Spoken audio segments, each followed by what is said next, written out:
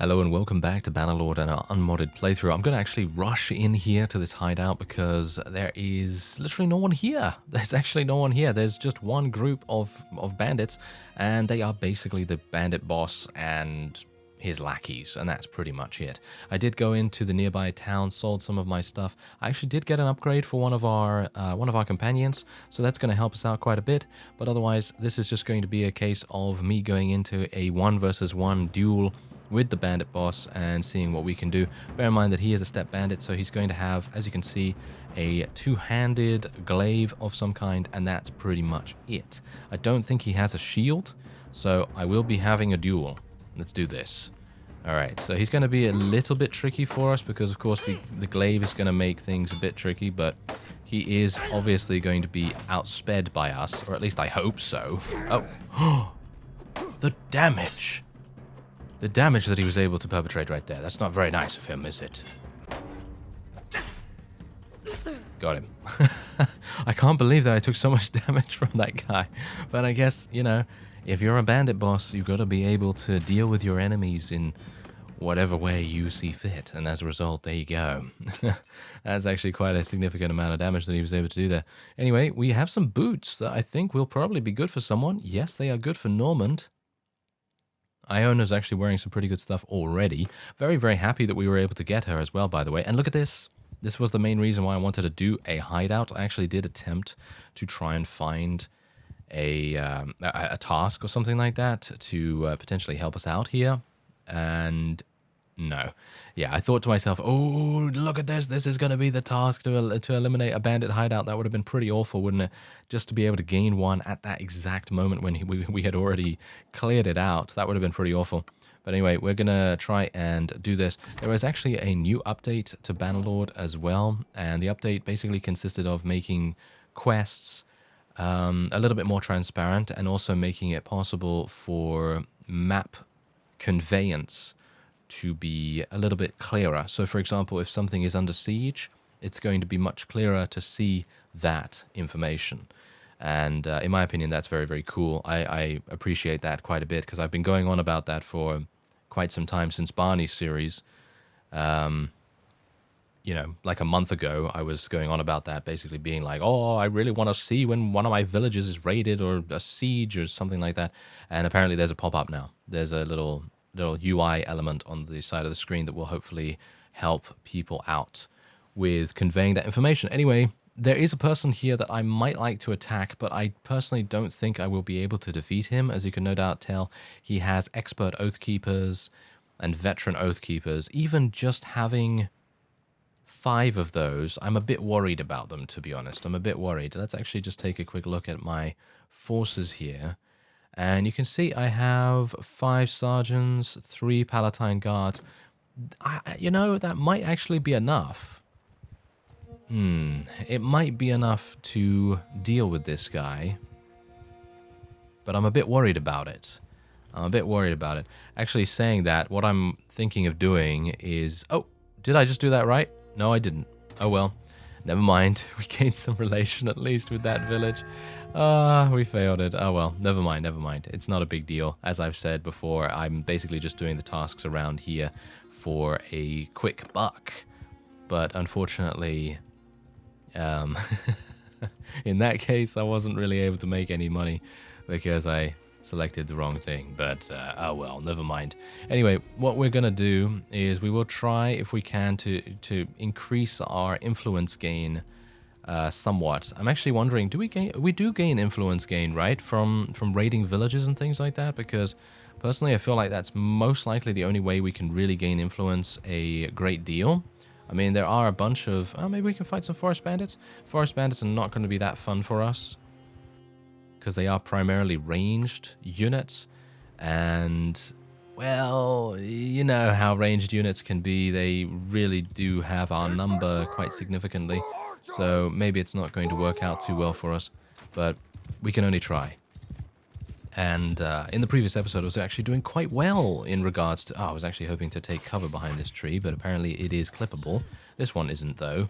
It just so happens to be quite thin, so that is not exactly great. Oh, I could push my horse into position. Oh, very nice indeed. Stay there, horsey. You can be my cover. Yes, that sounds great.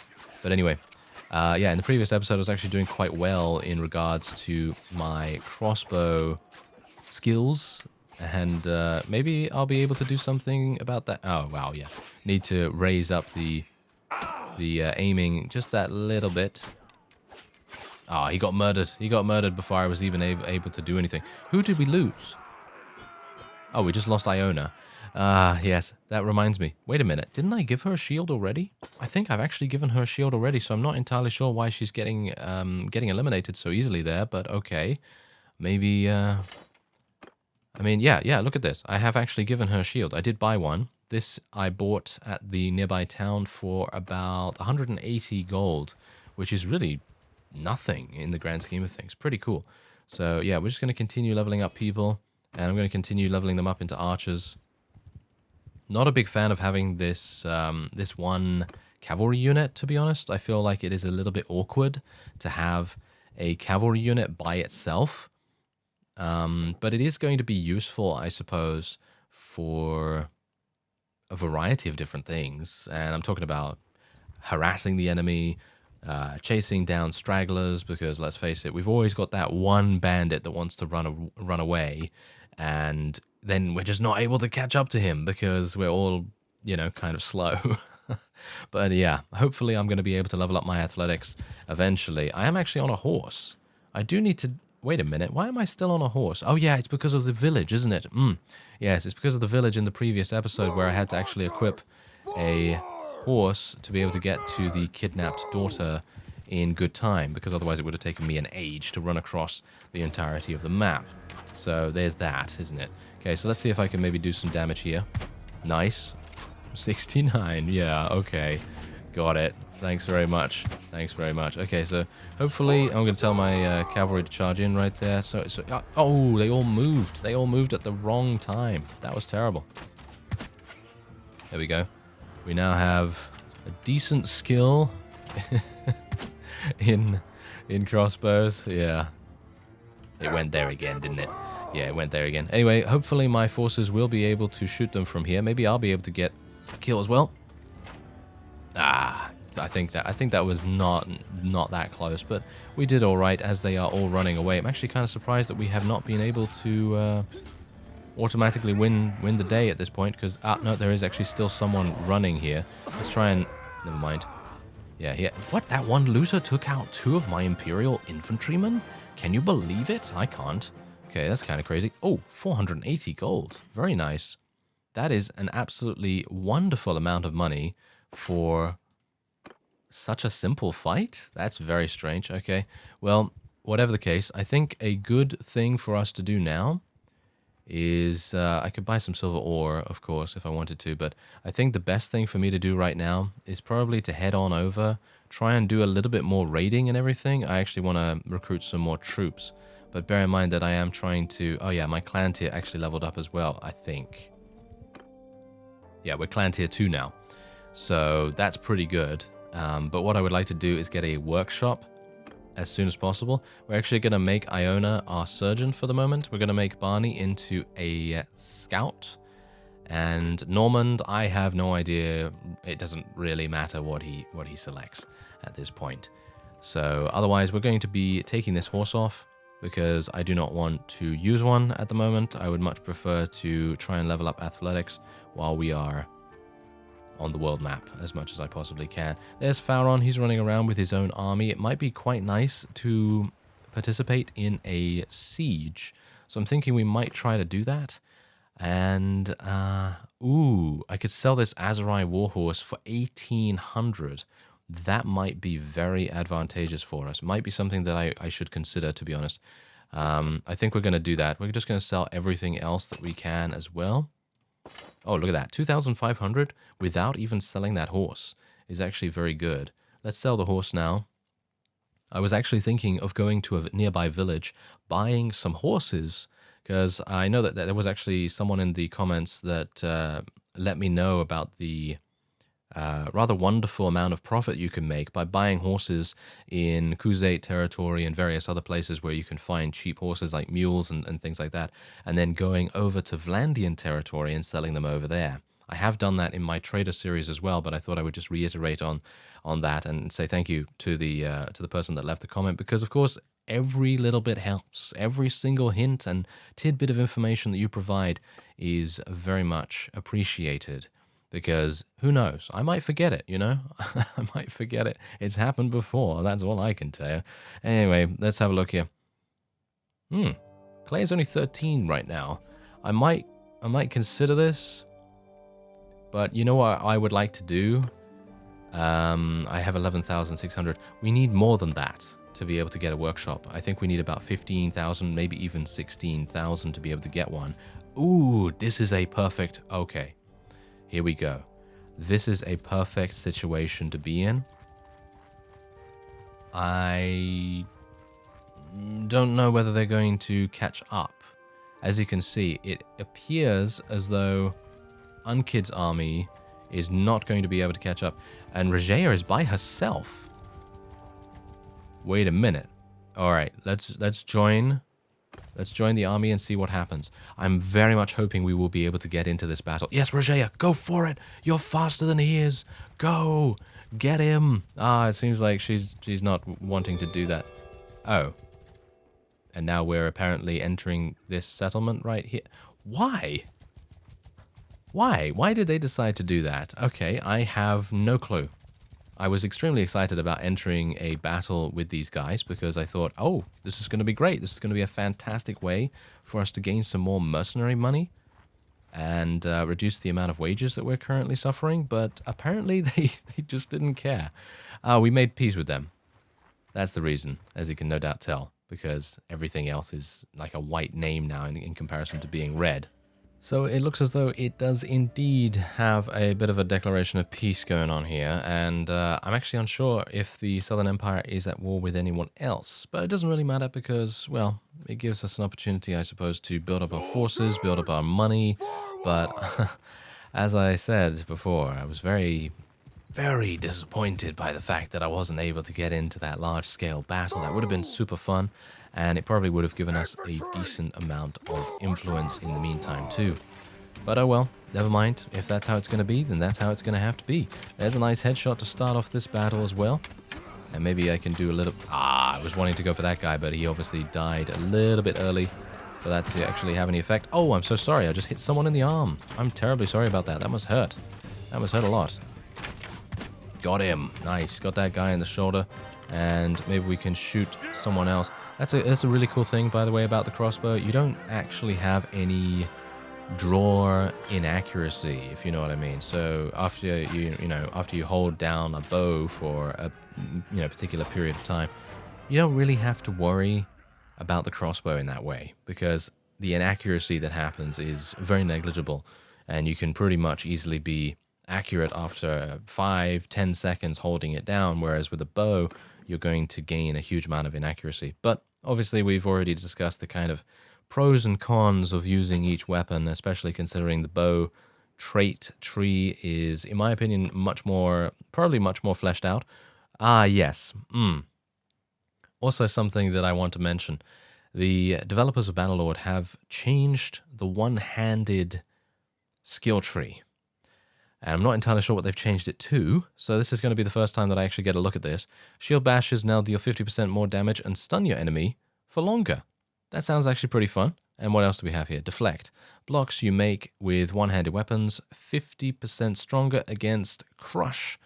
Okay, I'm actually unsure what kinds of weapons have the statistic of crush at this point. Because obviously in Warband, you had a pretty clear-cut way of knowing whether something had crush because it told you, gave you a statistic on that.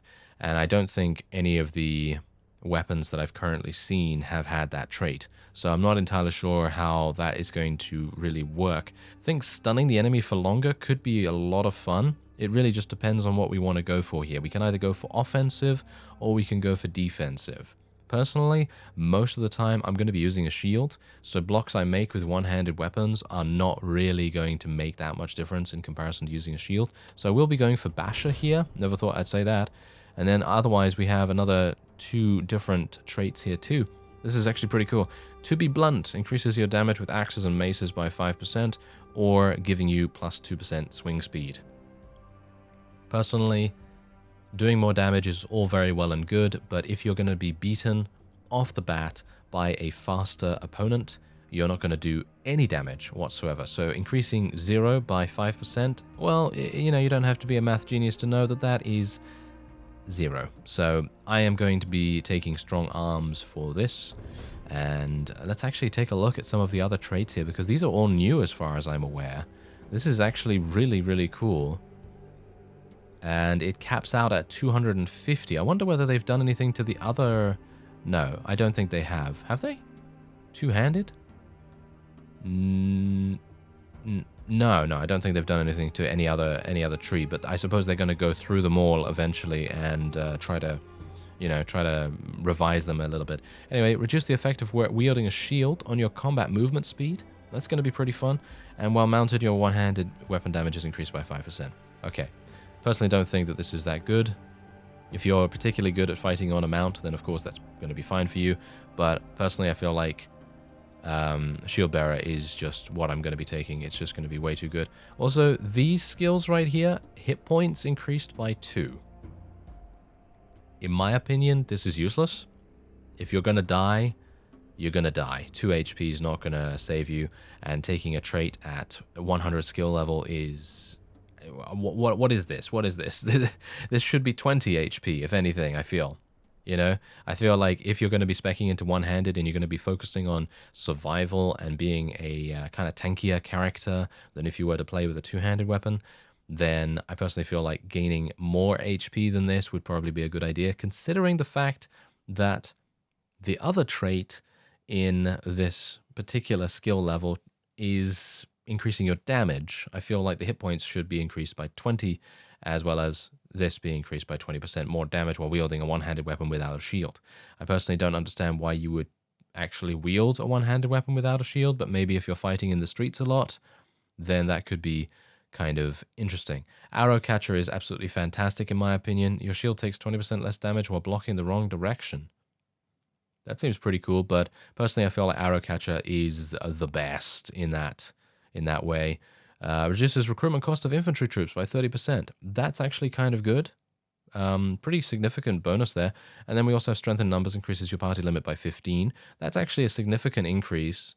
But later down the line, when you're the leader of your own faction, if you've seen Byron's series, you know he has about 520 army capacity, and I've never been able to fill that out. It's just way, way too much, because you're going to have your food be eaten in 2 seconds, basically, if you have that. Anyway, troops in your party gain 5% more experience after every battle. Troops in your party start with +8 battle morale if you are outnumbered. I personally feel like this is better than the 5% more experience gain. I think battle morale is very important. Your shields take 10% less damage, increase your combat movement speed by 5%. I think I'll probably take that in the end. And you gain +5, again, you gain +5 hit points. I mean, we have currently, how much HP do we actually have? Can we even tell? Yeah, we can tell by mousing over here. Yeah, we have 100. So again, this is a skill level of 225, and taking +5 hit points for such an advanced level of this, in my opinion, is useless. I think it is completely useless, and I have no idea why it's even there.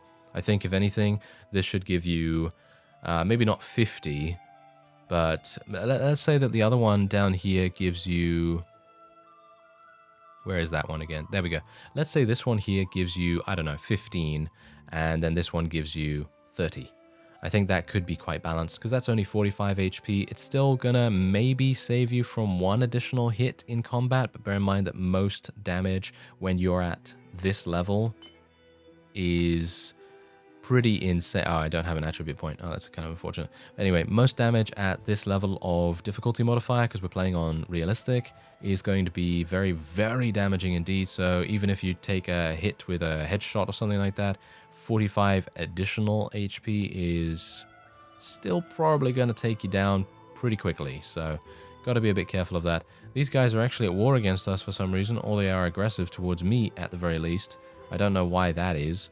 But anyway, I'm hopeful that we might be able to do a tournament, or we might be able to get some kind of trade going on here.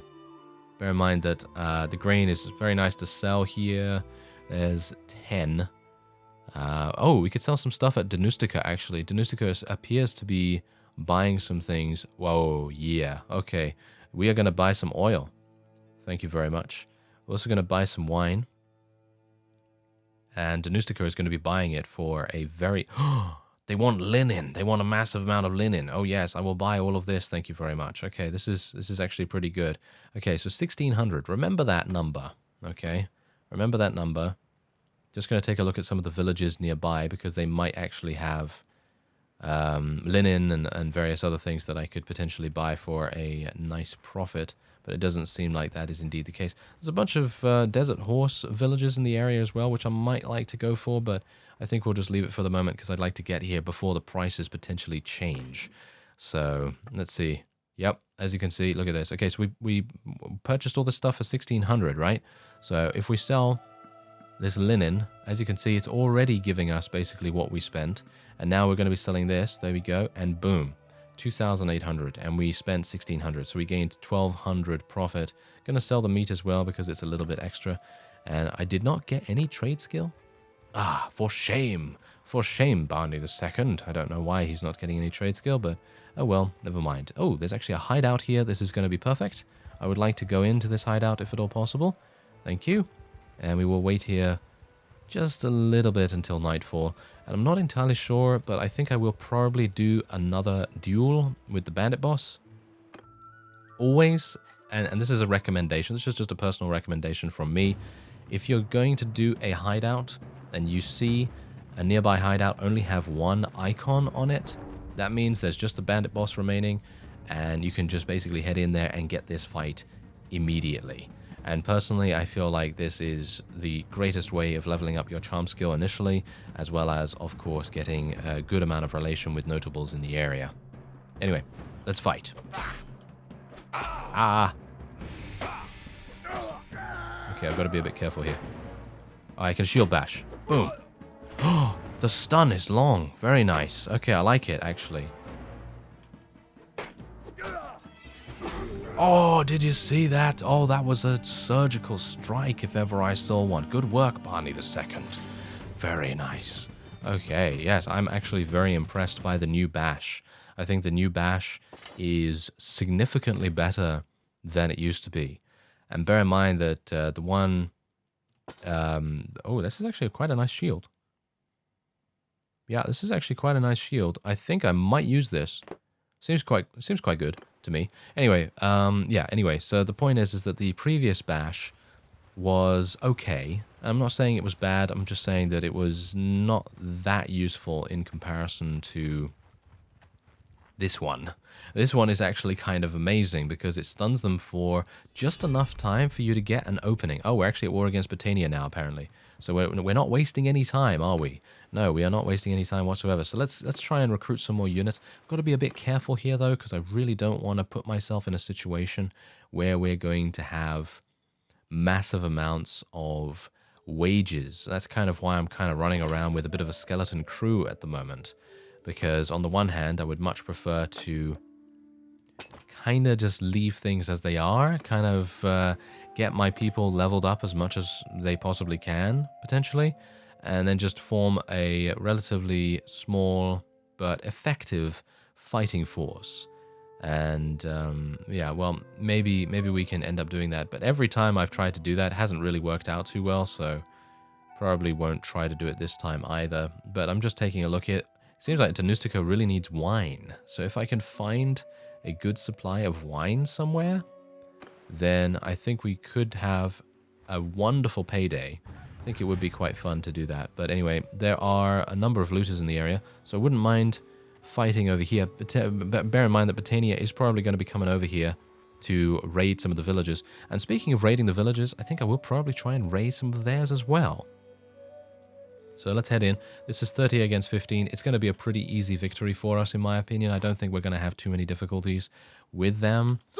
But I would like to try and level up some of my recruits. So if I can, I would like to be able to send them in and potentially charge them in fact, to maybe get them some additional experience.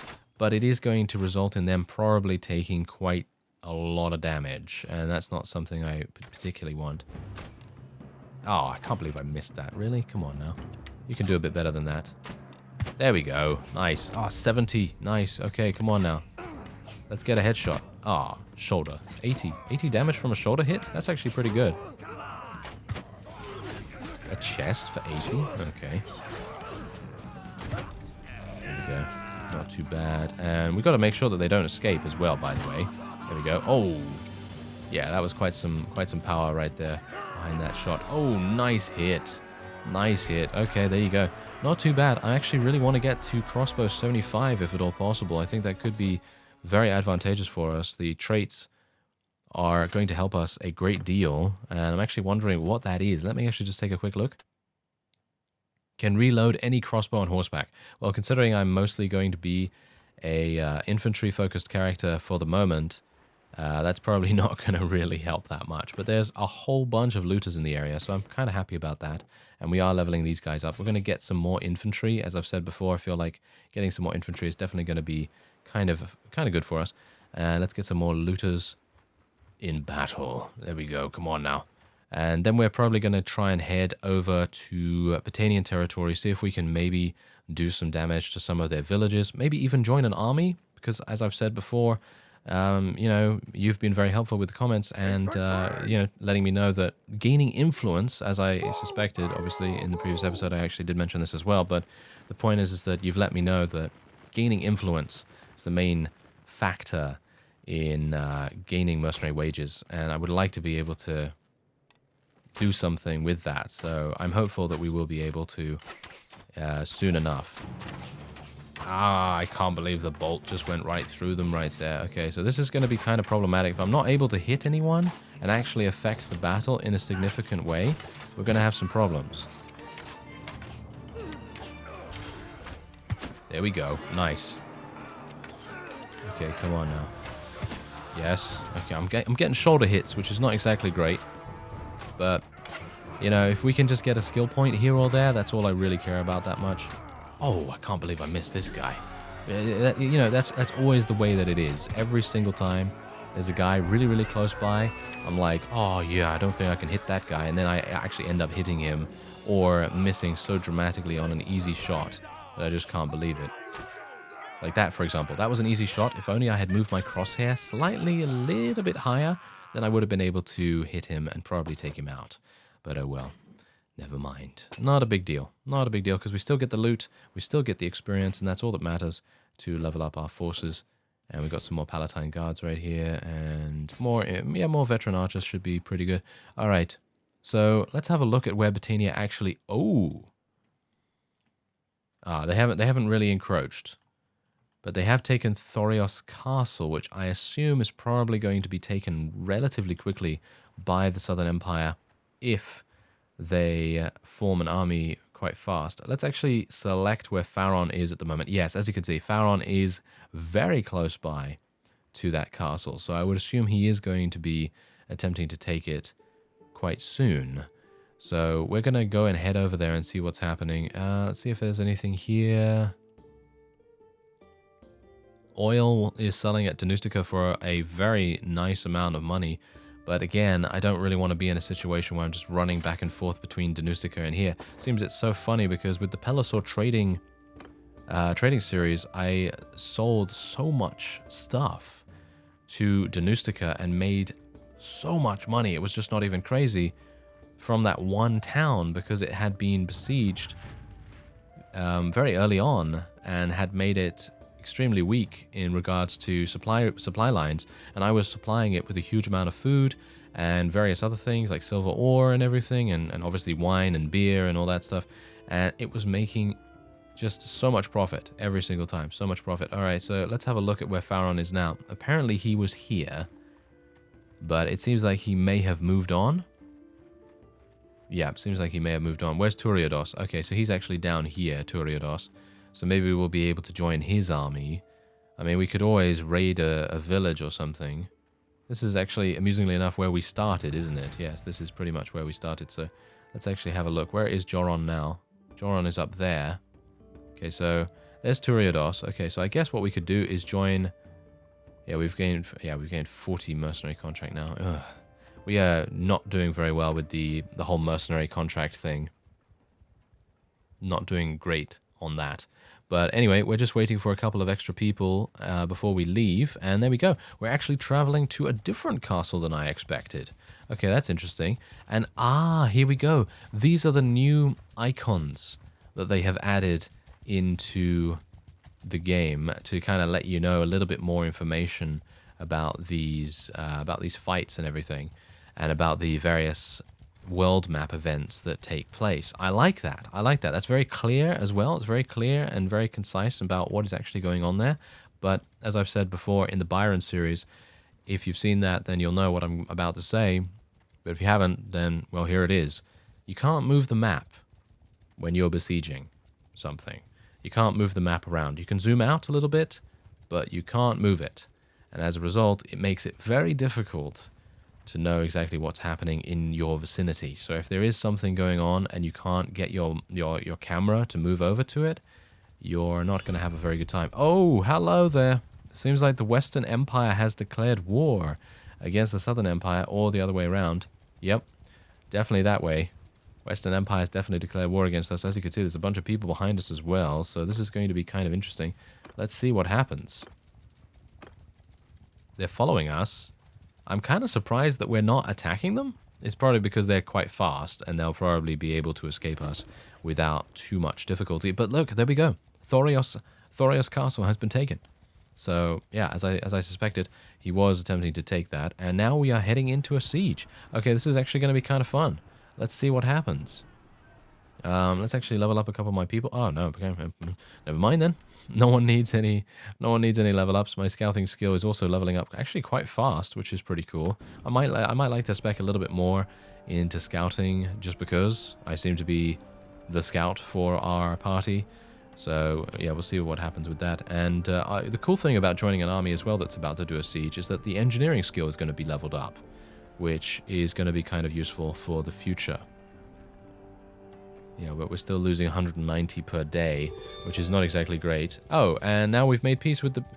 Okay, I have no idea what the AI is doing. The AI is super funny. I have no clue, because they're just like, oh, okay, I'm gonna attack the Botanians, and then all of a sudden... No, they're not attacking them any further. Alright, so yeah, as you can see, we can tell about this village that's currently being raided because of this house on fire. So that's actually pretty cool.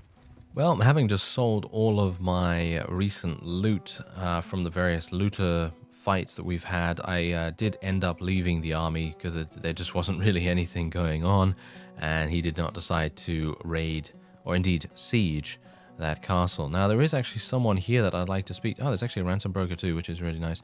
But there is actually a companion here that I wouldn't mind speaking to, but I'm not entirely sure how good or bad she is. So we'll see how that goes in the next episode. I am currently at Cyrenea. This is actually Cyrenea, and I'm going to be doing a little bit of extra trading and trying to get some additional cash, because we're about 13,000, 13.5, and we should be able to get a workshop in no time. Hopefully, at least a little bit of more trading from me off screen, we'll be able to make that happen. I thank you very much for watching, and I will see you next time.